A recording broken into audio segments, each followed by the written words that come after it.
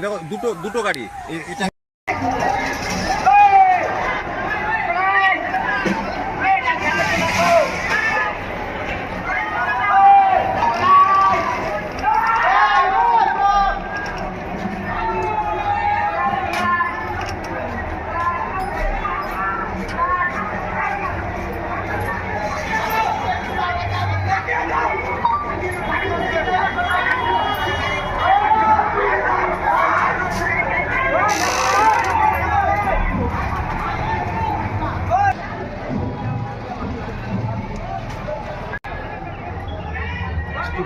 টান মেরে চলে যেতে পারে।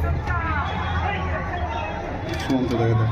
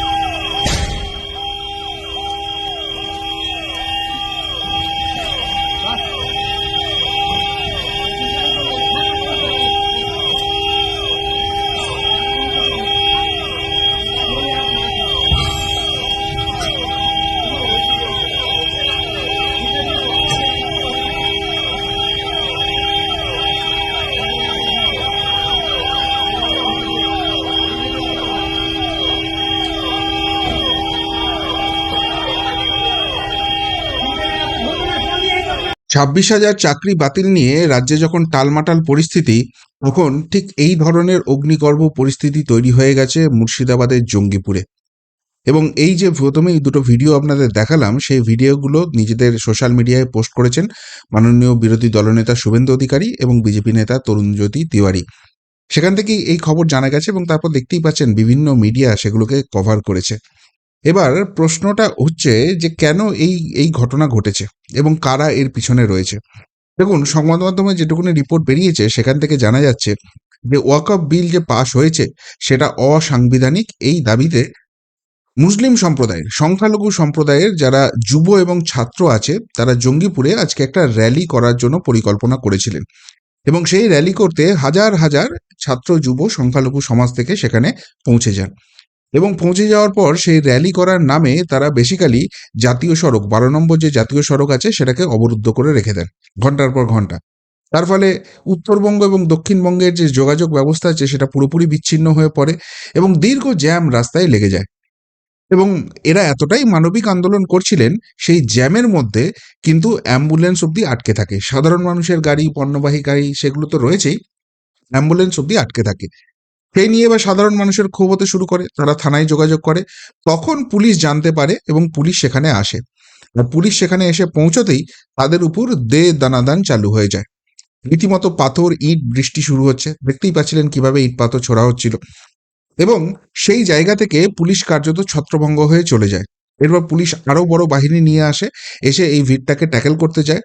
তখন সেখানে বিনা প্ররোচনায় পুলিশের গাড়ি অব্দি জ্বালিয়ে দেওয়া হয়। আরো অন্যান্য গাড়িও নাকি জ্বালিয়ে দেওয়া হয়েছে, তার মধ্যে পুলিশের গাড়িও রয়েছে। এবং সেই জায়গায় ফাইনালি পুলিশ সেখানে টিয়ার গ্যাস চার্জ করে। ছাত্রদের যারা যারা ওই সংখ্যালঘু সমাজের যারা আন্দোলন করছিলেন তাদের দাবি হচ্ছে যে না, পুলিশই আগে এসে বিনা প্ররোচনায় টিয়ার গ্যাস, কাঁদানে গ্যাস ছোড়ে, সেই জন্য ক্ষুব্ধ হয়ে ওখানকার জনতা, ওখানকার যারা আন্দোলন করছিলেন তারা এই ধরনের আচরণ করেছেন। এইবার একটা বেসিক কোয়েশ্চেন এখানে অ্যারাইজ করছে, সেটা হচ্ছে যে এত বড় র্যালি করবে এরা পুলিশের পারমিশন নিয়েছিল? যদি পুলিশের পারমিশন নিয়ে না থাকে তাহলে এই র্যালিটা হলো কি করে? আমরা তো দেখি বিরোধীরা যে কোনো ছোটোখাটো স্ট্রিট কর্নার করতে গেলেও, ছোট সভা করতে গেলেও সেখানে পুলিশের পারমিশন নিতে হয়, এবং পুলিশ প্রথমেই বলে দেয় যে না, এরকম কোনো রকম কিছু করা যাবে না। তাহলে এই এত বড় র্যালিটা হয়ে গেল কি করে? এতক্ষণ ধরে পথ অবরুদ্ধ হয়ে থাকলো কি করে? এবার পুলিশের যদি পারমিশন নিয়ে এরা করে থাকে, তাহলে তাহলে পুলিশ সেখানে মোতায়েন ছিল না কেন? কেননা কোনো র্যালি হলে, এই ধরনের হলে সেখান থেকে তো গন্ডগোল হতেই পারে। কিছুদিন আগেই রামনবমী গেছে, সেই রামনবমীর মিছিলে কারা উদ্যোক্তা, সেখানে কারা কারা গুন্ডামি করতে পারে, কারা কারা সেখানে ক্যাওস তৈরি করতে পারে, সেই লিস্ট বেঁধে দিয়েছে, বহু জায়গায় ক্যান্সেল করে দিয়েছে, তারপর সেখানে হাইকোর্টে যেতে হয়েছে, হাইকোর্ট থেকে পারমিশন নিয়ে আসতে হয়েছে, আবার পুলিশ কোথাও গিয়ে রেস্ট্রিকশন করে দিয়েছে, 500 লোকের বেশি এখানে তোমরা নিয়ে আসতে পারবে না, 1000 লোকের বেশি এখানে তোমরা মিছিলে হাঁটাতে পারবে না। একটা ধর্মীয় অনুষ্ঠান, সেখানে এই ধরনের বাধ্যবাধকতা রয়েছে। আর একটা পলিটিক্যালি মোটিভেটেড এই ধরনের র্যালি হচ্ছে, সেখানে পুলিশের কাছে কোনো ইনফরমেশন ছিল না, পুলিশের কোনো পারমিশন নেওয়ার ব্যাপার ছিল না। যদি থাকতো তাহলে পুলিশ সেখানে মোতায়েন ছিল না কেন? যে এত সংখ্যক লোক থাকবে, সেখান থেকে গন্ডগোল হতে পারে এবং সেন্সিটিভ ইস্যু, আকারটা অনেক বড় হতে পারে, পুলিশ সেখানে চুপ করে বসেছিল কেন? যদি পুলিশের পারমিশন না নিয়ে করে থাকে তাহলেও সেটা কিভাবে করলো? কেননা এত বড় একটা মব অর্গানাইজ হচ্ছে, হাজার হাজার সংখ্যালঘু ছাত্র, যুব সমাজ তারা সেখানে উপস্থিত হয়ে যাচ্ছে, পুলিশ প্রশাসন, গোয়েন্দা দপ্তর, কারোর কাছে কোনো রিপোর্ট নেই, কারোর কাছে কোনো ইনফরমেশন নেই, এমনি এমনি হতে দেওয়া হলো। আর এখানেই প্রশ্নটা হচ্ছে, তাহলে কি সরকারি দলের, শাসক দলের মদতেই এটা হয়েছে? যে ভাই, এই ধরনের একটা গন্ডগোল তোমরা করো, যাতে করে ওই 26,000 চাকরি বাতিল নিয়ে যে গন্ডগোলটা শুরু হয়েছে, মানুষের মধ্যে যে ক্ষোভটা তৈরি হয়েছে, আমাদের সরকারের উপর একটা বেশ বাধা বিপত্তি আসছে, এই ধরনের কিছু হলে মানুষ সেইগুলো থেকে চোখ সরিয়ে নেবে, আর এই দিকে দৃষ্টিটা চলে আসবে ওই 26,000-এর চাকরি যাওয়ার যে আগুনটা, যে রাগটা, সেটা চাপা পড়ে যাবে। সেই জন্যই কি এটাকে অ্যালাউ করা হয়েছে? কেন এই প্রশ্নটা হচ্ছে? তার কারণ হচ্ছে, গত শুক্রবার, জানেন যারা সংখ্যালঘু সম্প্রদায়, শুক্রবারটা তাদের জন্য স্পেশাল দিন, এবং সেই দিনকে দুপুরে তাদের স্পেশাল একটা প্রেয়ার হয়। তারপরে কলকাতার বুকে প্যাক সার্কাসে এইরকমই হাজার হাজার সংখ্যালঘু মানুষ রাস্তায় নেমে পড়েন এবং সেখানে ওয়াকফের বিরুদ্ধে তারা কিন্তু প্রতিবাদ জানান। তার মানে এই টেন্ডেন্সি শুরু হয়ে গেছে। তাহলে কি গোয়েন্দা দপ্তর আরো বেশি অ্যালার্ট হবে না? সেখানেও অত মানুষ কি করে হাজির হয়ে গেল? গোয়েন্দা দপ্তর কিচ্ছু জানে না, পুলিশের পারমিশন নিয়ে করেছিল। যারা করেছিল তাদের বিরুদ্ধে পুলিশ কোনো রকম কোনো অ্যাকশন নিয়েছিল পুলিশের পারমিশন না নেওয়ার জন্য? এটা অন্য কেউ হলে, রামনবমীর মিছিল হলে, বিজেপির কোনো পলিটিক্যাল প্রোগ্রাম হলে, এতক্ষণে তো সবাইকে ধরে জেলে পুরে দিত। পুলিশ এই ব্যাপারে নিষ্ক্রিয় হয়ে কেন বসেছিল? পাক সার্কাসে হয়েছে, মুর্শিদাবাদে হচ্ছে, সব জায়গায় অ্যালাউ হয়ে যাচ্ছে। তাহলে কি এটা শাসকই চাইছে, শাসকের অনুপ্রেরণাতেই হচ্ছে? 2 নম্বর যে কোশ্চেনটা অ্যারাইজ করছে, সেটা হচ্ছে যে এর আগে যখন সিএএ কেন্দ্রীয় সরকার নিয়ে এসেছিল এবং সেটা আইনে পরিণত হয়েছিল, এই ধরনেরই অগ্নিগর্ভ পরিস্থিতি আমরা মুর্শিদাবাদে দেখেছিলাম। সেখানে রেল স্টেশন পুড়িয়ে দেওয়া, রেল লাইন উপড়ে ফেলে দেওয়া, এবং বাসে বা অন্যান্য পরিবহনে আগুন লাগিয়ে দেওয়া, এই রকম আগুনে কাণ্ড আমরা দেখেছিলাম। সেই ঘটনার পরিপ্রেক্ষিতে যখন ওয়াকফ বিল হয়ে গেছে, পাশ হয়ে গেছে, সেটা আর বিল নেই, আইনে পরিণত হয়ে গেছে। কেননা দেখুন, নিয়ম মেনে লোকসভা এবং রাজ্যসভায় আলোচনা করা হয়েছে এই ওয়াকফ বিল নিয়ে, এবং সেখানে অতীতের যত বিল ছিল সমস্ত বিলের আলোচনার রেকর্ড কিন্তু এই ওয়াকফ বিল ভেঙে দিয়েছে। ওয়াকফ বিল মিলে সরকার, রাজ্যসভা এবং লোকসভা মিলে 17 ঘন্টা 2 মিনিট আলোচনা করেছে, এবং সেখানে ওই যেগুলো গন্ডগোলের সময় হয়েছে, যেটা রেকর্ড থেকে বাদ দেওয়া হয়েছে, ভোটিং এর জন্য অপেক্ষা করতে হয়েছে, বা এই ধরনের যে জায়গাগুলো হয়েছে, সেইগুলো কিন্তু রেকর্ড থেকে বাদ, সেগুলো কিন্তু কিছু রেকর্ডের নয়, সেই টাইমটাকে ধরা হয়নি। শুধুমাত্র সুষ্ঠু আলোচনা, এই সময়টাকে কাউন্ট করা হয়েছে, এবং সেটা 17 ঘন্টা 2 মিনিট। এবং তারপর ভোটিং করিয়ে যে মেজরিটিতে এটাকে পাশ করানোর কথা ছিল, তার থেকে অনেক বেশি ভোট পেয়েই এই 2 কক্ষে, লোকসভা এবং রাজ্যসভায়, সেটা পাশ হয়েছে। তারপর সেটা রাষ্ট্রপতির কাছে গেছে, সেটা সাইন হয়ে গেছে। এবার যখন একটা জিনিস দেশের কেন্দ্র সরকার আইন হিসেবে প্রণয়ন করে দিচ্ছে, আপনি রাজনীতিগতভাবে সেটা বিরোধিতা করতে পারেন, কিন্তু যখনই সেটা আইন হয়ে যাচ্ছে, এই মমতা বন্দ্যোপাধ্যায়ের মুখেই তো বারবার শুনি ফেডারেল স্ট্রাকচারের কথা, তাহলে ফেডারেল স্ট্রাকচার অনুযায়ী কেন্দ্রের যে আইন, সেটা রাজ্যেও কিন্তু পালন করতে হবে। কেন পশ্চিমবঙ্গ তো ভারতবর্ষের থেকে আলাদা কিছু নয়। নাকি মমতা বন্দ্যোপাধ্যায় মনে করছেন সেটা আলাদা, সেই জন্যই এইগুলো করার জন্য তিনি অ্যালাউ করছেন? নাকি ওই 26,000-এর চাকরি বাতিল নিয়ে যে পরিস্থিতিটা হয়েছে, যাতে তার সরকার রীতিমতো কোণঠাসা হয়ে পড়েছে, সেইখান থেকে দৃষ্টি ঘোরাতে এগুলোকে অ্যালাউ করছেন, এগুলোকে অর্গানাইজ করিয়ে দিচ্ছেন? প্রশ্ন উঠছে। এখানে পুলিশের অনুমতি নিয়ে হয়েছে কিনা? পার্ক সার্কাসে হয়েছিল, এখানে হচ্ছে। পুলিশের কোনো রকম অনুমতি ছিল কিনা? পুলিশ কি করে অনুমতি দিল?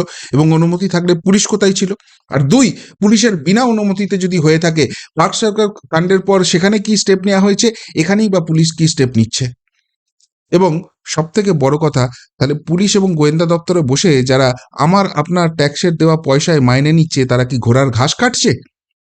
এত বড় একটা গন্ডগোল হয়ে গেল, যেখানে পুলিশের উপর আক্রমণ হলো, পুলিশের গাড়ি জ্বালিয়ে দেওয়া হলো, এই ধরনের হিংসাত্মক আচরণ হতে পারে, তার জন্য এতখানি মব জড়ো হয়ে গেল, আর কোনো রকম কোনো ইনপুট পুলিশের কাছে থাকবে না, গোয়েন্দা দপ্তরের কাছে থাকবে না।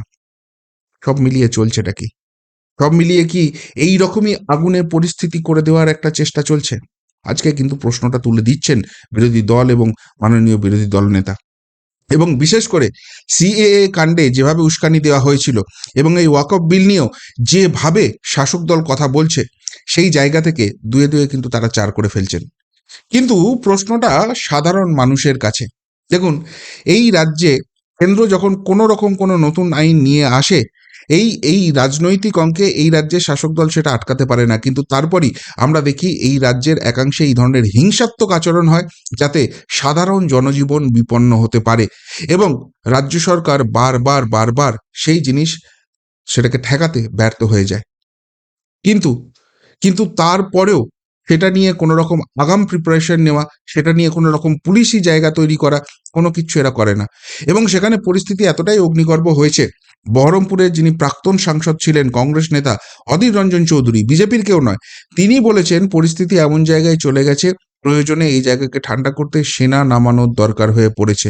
তাহলে এবার বেসিক কোয়েশ্চেনটা যেটা অ্যারাইজ করছে, যে এই পরিস্থিতি পার্ক সার্কাসে একবার একটা এরকম বড় জমায়েত হলো, পুলিশ সেখানে কিছু করতে পারলো না, পুলিশের কাছে কোনো ইনফরমেশন নেই, সেখানে একটা গ্যাঞ্জাম হয়ে গেল। আর তার থেকেও আরো ভয়ঙ্কর পরিস্থিতি আজকে জঙ্গিপুরে হলো, এবং ওয়াকফ বিল আজ থেকেই কিন্তু ওয়াকফ আইন হয়ে গেছে, যেহেতু রাষ্ট্রপতি শাসন করে দিয়েছেন, আজ থেকে সেটা কিন্তু ইমপ্লিমেন্টেড। তাহলে এই পরিস্থিতি কি বাংলায় আরো বেশি করে হবে? রাজ্য সরকার কি এটাকে ঠেকাতে কোনো রকম কিছু পারবে, নাকি রাজ্য সরকার বা রাজ্য সরকারের যে শাসক দলটা রয়েছে তাদের মদতে এটা হচ্ছে? আর তার থেকেও বড় প্রশ্ন, এই ওয়াকফ বিল ভারতবর্ষে পাশ হওয়ার পর বাংলাদেশে আমরা দেখেছিলাম কিভাবে সেটা নিয়ে প্রতিবাদ মিছিল বেরিয়েছিল। সেখানে সংখ্যালঘু যারা, অর্থাৎ হিন্দুদের উপর অত্যাচার, সেই নিয়ে কিন্তু কোনো কথা নেই। কিন্তু ভারতবর্ষে ওয়াকফ বিল পাশ হয়েছে, বাংলাদেশের মাথা ব্যথা শুরু হয়ে গেছে। সেখানকার যারা যারা মুসলমান রয়েছেন, তারা কিন্তু সেটা নিয়ে বিপ্লব করছেন। আর এই মুর্শিদাবাদের গায়েই কিন্তু বাংলাদেশ। এবং কেন্দ্রীয় গোয়েন্দা রিপোর্টও বলছে বাংলাদেশ থেকে বহু অবৈধ বাংলাদেশি নাকি এই মুর্শিদাবাদ মালদায় ঢুকে গেছেন, বহু রোহিঙ্গা এখানে নাকি ঢুকে গেছেন। কিন্তু এত বড় ঘটনা ঘটে যাচ্ছে, পশ্চিমবঙ্গবাসী কিন্তু রীতিমতো একটা দুর্বিষহ জায়গার দিকে যাচ্ছে। সেখানে কেন্দ্র সরকারও কি এই ঘটনার পরে বা চুপ করে বসে থাকবে? এই রাজ্য নিয়ে কি এবার কড়া পদক্ষেপের কথা কেন্দ্র সরকারও ভাববে না? যদি না ভাবে, সেই জায়গাটার খেসারত কিন্তু বিজেপিকেও দিতে হবে। কিন্তু পশ্চিমবঙ্গের যে সার্বিক অবস্থা কতখানি করুণ জায়গায় চলে গেছে, জঙ্গিপুরের এই ঘটনা চোখে আঙুল দিয়ে দেখিয়ে দিল কিন্তু। এবং সব থেকে বড় কথা, পুলিশ এবং গোয়েন্দা দপ্তর তারা হয় অপদার্থ ব্যর্থ, না হলে তাদেরকে কার্যত চুপ করিয়ে রাখা হয়েছে, যাতে করে এরকম গন্ডগোল হয়। তাহলে সাধারণ মানুষের নিরাপত্তা কোথায়? সেই প্রশ্নটা কিন্তু সব থেকে বেশি করে উঠে যাচ্ছে। কি বলবেন জঙ্গিপুরের ওয়াকফ নিয়ে, এই অগ্নিগর্ভ পরিস্থিতি নিয়ে, যেখানে পুলিশের উপর ঢিল পাথর নির্বিচারে চলছে, তাদের গাড়ি পুড়িয়ে দেওয়া হচ্ছে? যদি পুলিশেরই নিরাপত্তা না থাকে, এই পশ্চিমবঙ্গের সাধারণ মানুষের নিরাপত্তাটা কোথায়? যদি এই নিয়ে কিছু বলার থাকে আপনাদের, অবশ্যই কমেন্ট বক্সে কমেন্ট করে জানাবেন। এখনকার মতো এখানেই শেষ করলাম, ফেরত আসছি নতুন প্রতিবেদন নিয়ে খুব তাড়াতাড়ি। ভালো থাকবেন, সাথে থাকবেন, পাশে থাকবেন। নমস্কার।